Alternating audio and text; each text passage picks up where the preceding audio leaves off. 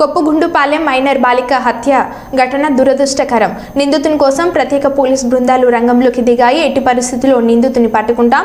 ఈ కేసులో పోలీసుల నిర్లక్ష్యం ఉంటే ఖచ్చితంగా చర్యలు తీసుకుంటాం. సీఎం చంద్రబాబుతో మాట్లాడి కుటుంబానికి న్యాయం చేస్తాం. చీరాల ఘటనలో కూడా నిందితుని 36 గంటల్లో పట్టుకున్నాం. చోటు చేసుకుంది. ఒక అమ్మాయిని మైనర్ బాలికని 9వ తరగతి చదువుతున్న ఒక మైనర్ బాలికని అతి కిరాతకంగా హత్య చేయడం అనేది మనందరం కూడా చూస్తున్నాము. అక్కడ ఆల్రెడీ టీమ్స్ కూడా దాని మీద వేస్తున్నాము. ఎస్పీ గారితో నేను ఇన్ఫర్మేషన్ తెలిసిన వెంటనే ఎస్పీ గారితో నేను మాట్లాడి పొజిషన్ ఏంటని కూడా కనుక్కోవడం జరిగింది. విషయం ఏంటంటే ఏదైతే ఒక అమ్మాయి ఇంతకు ముందు ఆ అమ్మాయిని ఇబ్బంది పెట్టి పోక్సో చట్టం ద్వారా అబ్బాయి జైలుకి కూడా వెళ్ళాడు. మొన్న రిమాండ్ కూడా పంపించారు. మొన్న రీసెంట్ గా ఒక 15 రోజుల క్రితం అతను జైలు నుంచి బెయిల్ మీద బయటకు వచ్చాడు. వచ్చిన తర్వాత ఆ అమ్మాయిని హత్య చేయడం జరిగింది. దానికి సంబంధించి ఇంచుమించుగా 18 పేజీల వాంగ్మూలం కూడా ఇంచుమించు వాంగ్మూలం ఒక లెటర్ కూడా పెట్టున్నాడు అక్కడ. అతనైతే ఇప్పుడు మనకి పరారులో ఉన్నాడు.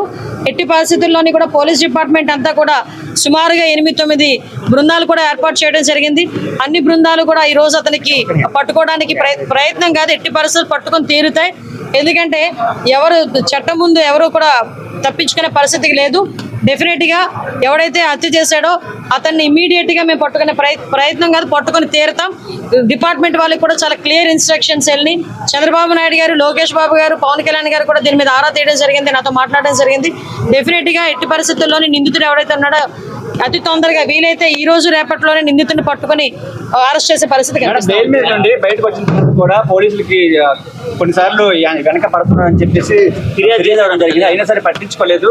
లేదమ్మా, కంపల్సరీగా నిజంగా అదే కనుక జరిగితే, నిజంగా అమ్మాయి దగ్గర నుంచి కంప్లైంట్ వెళ్ళి ఆ పోలీసులు కనుక పట్టించుకోలేదన్న సంగతి తెలిస్తే డెఫినెట్ గా ఏ పోలీస్ అయితే ఆ పోలీసు మీద చర్యలు తీసుకుంటాం.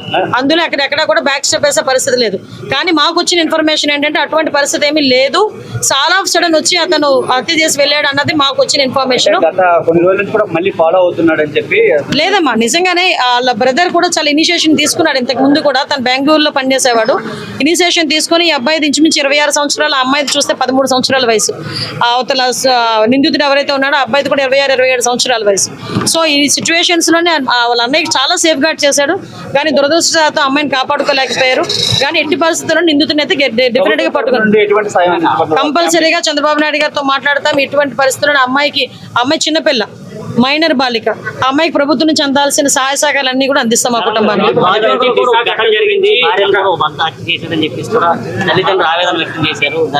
అమ్మ విషయం ఏంటంటే మేము చాలా సందర్భాల్లో చెప్పున్నాము. చాలా సంఘటనలు జరుగుతున్న సందర్భంలో పోలీస్ డిపార్ట్మెంట్ వాళ్ళు కూడా చాలా ఫర్మ్ గా ఉన్నారు. లాస్ట్ టైం మీరు చూసారు, చీరాల సంఘటన జరిగిన తర్వాత సుమారుగా 36 గంటల నిందితులను పట్టుకొని మేము రిమాండ్ కూడా పంపించుకోవడం జరిగింది. ఎక్కడ ఏమి జరిగినా చాలా యాక్టివ్ గా పోలీస్ డిపార్ట్మెంట్ వాళ్ళు పనిచేస్తున్నారు. ఎక్కడ జరగకుండా ఉండే బాధ్యత కూడా తీసుకుంటున్నాం. వీటన్నిటికీ కూడా మూల కారణం గాంజాయి మత్తులో చాలా మంది చేస్తున్నారు, డ్రగ్స్ మత్తులో చేస్తున్నారు. కాబట్టి వాటిని పూర్తిగా ప్రక్షాళన చేయడానికి ఒక కేబినెట్ సబ్ కమిటీని కూడా ఏర్పాటు చేసుకుని మొన్ననే మేము టాస్క్ ఫోర్స్ కూడా ఏర్పాటు చేయడానికి కూడా సిద్ధంగా ఉన్నాం. ఒక టోల్ ఫ్రీ నెంబర్ అన్ని కూడా ఏర్పాటు చేస్తాం.